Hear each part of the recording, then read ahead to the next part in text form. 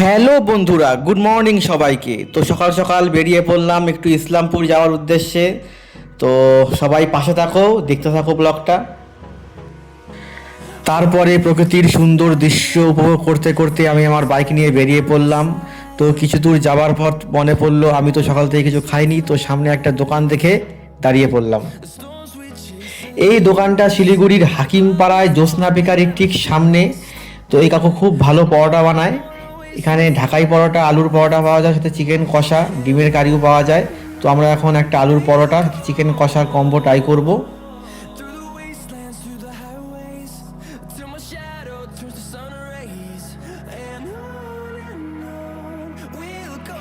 তারপরে আমি এক পিস আলুর পরোটা, এক পিস চিকেন কষার সাথে এক প্লেট ঘুগনি নিয়েছিলাম। এর দাম পড়েছিল মাত্র 60 টাকা, আর খেতে খুব ভালো ছিল।